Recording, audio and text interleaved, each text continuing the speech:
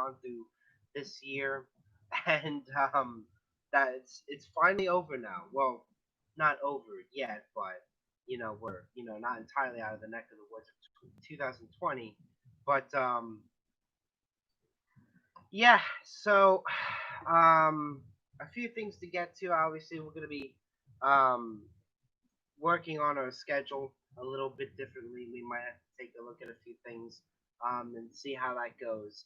Um, but let me post you that we are live now. Um,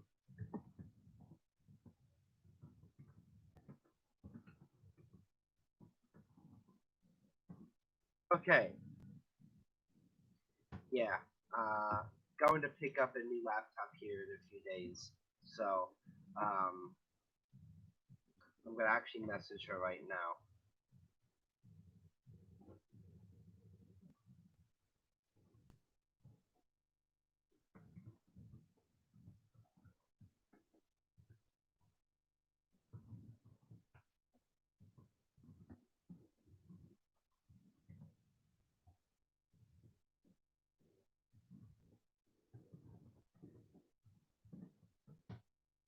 Anyway, so yeah, we're going to be working on our schedule and working on trying to hopefully get more collaborative efforts on the show just to try and kick things off. Obviously, there's going to be hiccups here and there. There's going to be days when it's just a little difficult for me to get to do a show, and then there's other days when it's perfectly fine. So, yeah, it's kind of all over the place, quite honestly. Oh, that's weird.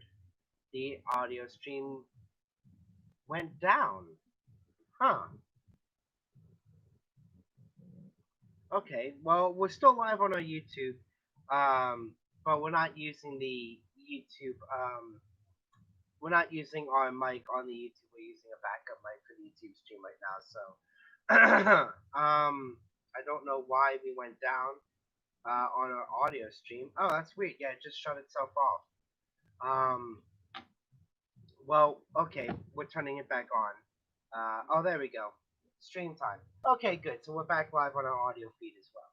Anyway, it is your Anthony Messina here on Red Banner Radio on 89.1 FM WHR. This is actually the first time we're doing a dual broadcast, basically simulcasting on our WHAR FM and on our own Red Banner Radio um, equipment, basically.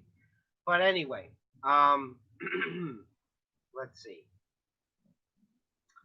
I want to get to a few stories here. The first one I want to get to is Neera Tanden. Neera Tanden was picked as to work on the Joe Biden team. Um, in what capacity, I actually kind of forget. So it's good to look that one up. But that's not exactly the. So she's yeah. um, she's going to be working on um, the economic team. Um, Biden's outspoken nominee to run deletes it. Oh shit! What's happening here? Haha, that's funny. Um, this is coming to us just from the Guardian about 4 hours ago today. Biden's outspoken nominee to run budget office deletes over 1,000 different tweets. Neera Tanden has criticized some senators on Twitter. Senate confirmation process faces problematic path. Joe Biden's nominee for a key economic post has deleted more than 1,000 of her own tweets, some of which were critical of senators who now hold her fate in her hands. What a fucking bitch. The Daily Beast first reported the steps by Neera Tanden, the president of the Center for American Progress think tank, who Biden has nominated to lead the Federal Office of Management and Budget. Quote, can people on here please focus their ire on Senate Majority Leader Mitch McConnell and the GOP senators who are up for re-election this cycle, who enable him, Tanden wrote in June 2019 in a tweet recovered by the Beast. Tanden named those enablers as Cory Gardner, Susan Collins, Joni Ernst, John Cornyn, David Perdue, Tom Tillis, and, quote, many more. A tweet calling Mitch McConnell hashtag Moscow Mitch, a common nickname for the majority leader among liberals during the investigation of Donald Trump's links to Russia, was also among the deleted. Tandon's fate may hinge on two runoff elections in Georgia in January. If Democrats win both seats, one held by Perdue, they will control the Senate via Kamala Harris's casting vote as vice president. That would make Tandon's confirmation achievable if party discipline held. So obviously, this story kind of starts earlier with the sheer announcement that she was being picked to be on Joe Biden's team. And considering the fact that she has been some of the most she has, I should say, um, held some of the most outspoken anti-progressive, anti-left-wing sentiments. I mean, she works for the Democrat Party. She's not left of center. She's a neoliberal centrist. She's a liberal centrist. That is exactly her core values. Her core values are fatten my wallet, do my bidding for the Democratic Party, do my work for the military industrial complex, and that's it. Whatever appeases what's his name, Tom Perez at the DNC, whatever appeases him is what she'll do. Um, and the funniest thing is she was the most outspoken anti-Bernie pundit on TV during both of his runs for the office of the presidency. And she was against him so much because she knew that if he won, she'd be out of a fucking job. She'd be entirely out of a job. Um, because her bidding, like, there would be no more reason for her to exist once you actually get a progressive in that office. And now, of course, coming from my perspective, um, progressivism really isn't um, exactly what we need these days. We need socialism, not progressivism. But I guess you take what you can get, and that's what it comes down to. That's what it comes down to. But this isn't here to praise or to talk highly of their attendant at all. I mean, she's such a liar. She's such a liar. I mean, and it's funny. Let me talk about this. Tandon over here is deleting thousands of tweets because she knows that if she talks badly to these Republican senators who now need to confirm her, then she wouldn't get the job. So she deletes them. As if she doesn't know that the internet has copies of everything. Everything. And the funniest thing is Kyle Kalinski's old tweets have been coming back now in Vogue, or not in Vogue. Well, and it's funny that that's happening because specifically I said about this show how much of Secular Talk influenced me to make this program. Um, and it's funny now that he's coming back and his old tweets are actually, for some odd reason, well, not for some odd reason, his old tweets from like 2011 to 2012 and 13, um, some of them are pretty, some of them are pretty cringy. Some of them are says things I would never say ever in writing or in person. Um, and the old Cal Kalinske tweets page on Twitter has been blowing up recently. Um, and um, it's kind of funny um, to see what's been happening with that. And the response that he's had was entirely, actually, I think, quite amazing. His response basically was, look, um, he's not deleted them in the name of full transparency so that people know who he is, what his past was, and he knows that, hey, I said these things. I'm not going to pretend that I didn't and try and delete them. Unlike Neil Tandon over here, who's a fucking liar. Kyle has so much more character and a moral compass and a backbone to him where he says, yeah, I said these things. I find some of it quite objectionable now. But he is a person who was willing to grow and change over time and understand why he shouldn't use the N word even with the soft A. It doesn't make a difference. It doesn't make a difference. And he's fully admitted that, and he's grown into a better person. And I fully am supportive of that. Entirely supportive of that. He hasn't deleted them because he knows the internet will find it anyway, and it doesn't make it any better whether he deletes it or not. Near Tandon over here, because she just wants your job, deletes thousands of tweets. So fucking pathetic. So fucking pathetic. And the funniest thing is, I don't understand for a minute why. Um,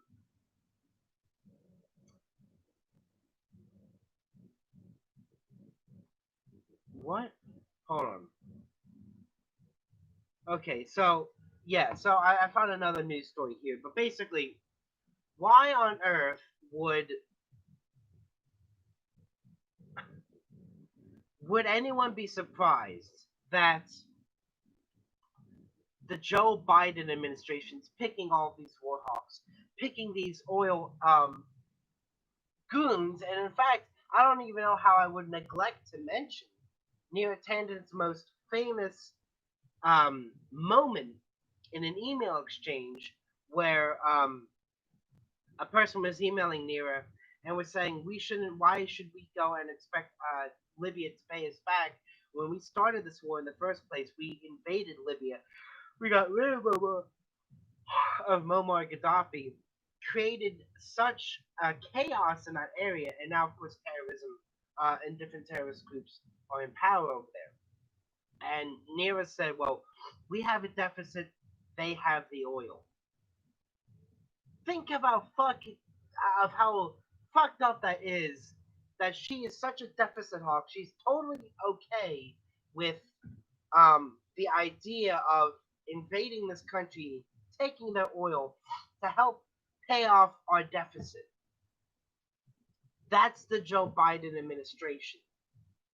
And so the fact that your liberal or left wing outlets, CNN, MSNBC, are saying, oh, these pigs are pissing off the Bernie crats and the progressives. Why, why are they so upset? We're upset because we have moral compass. No, I'm not a Bernie crat or a progressive. Um, I'm a Marxist, but I don't. There's still things that we can agree upon, such as invading Libya to take their oil to pay off our deficit is probably not a good thing to do. Probably the wrong decision to make. And so they're trying to blame the left wing of the Democrat Party, which again, the People's Party just registered their first state today, Maine. They're now an official political party in that area in Maine. That's where the left wing of the party should probably go. Um,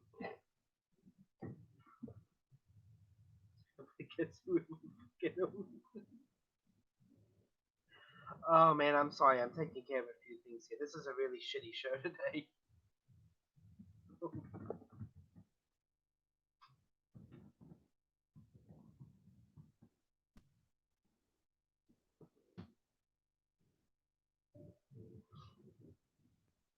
Dude, what if I made a Twitch account? I only uploaded videos of me beating up old people. Would you check that out?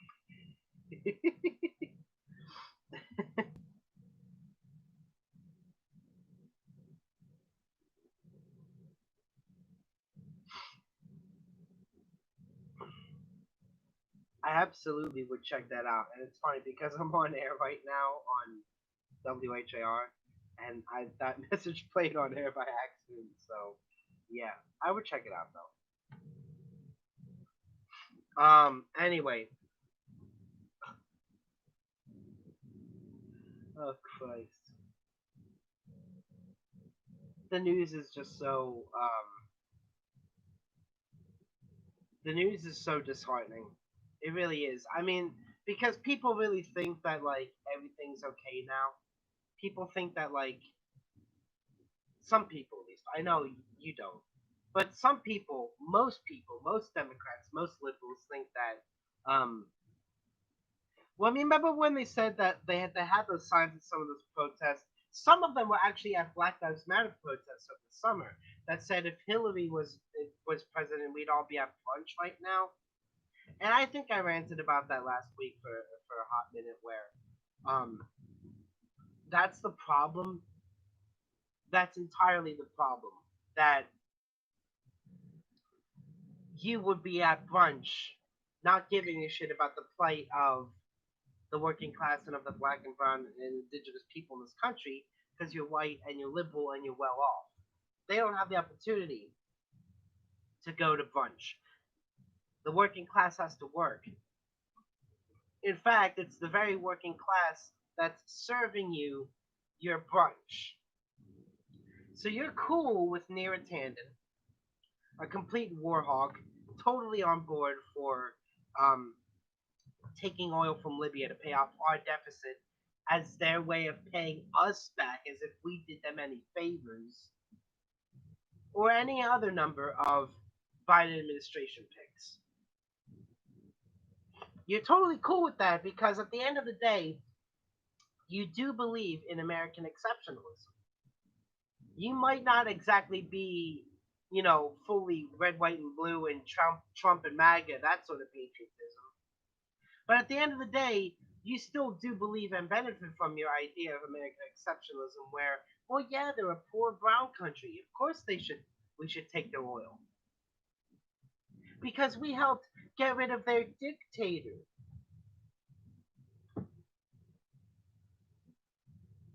And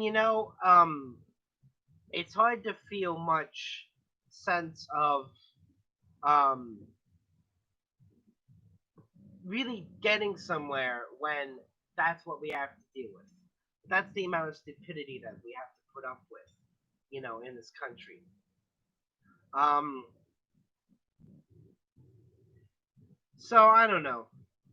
I wish I offered more today, but it's been rough. It's been the motivation to do things is really hard to find sometimes. Um, and I guess sometimes I'd rather not even try and fake it and act like I can do a good job today and not waste anyone's time. Um, which I guess is what I should do.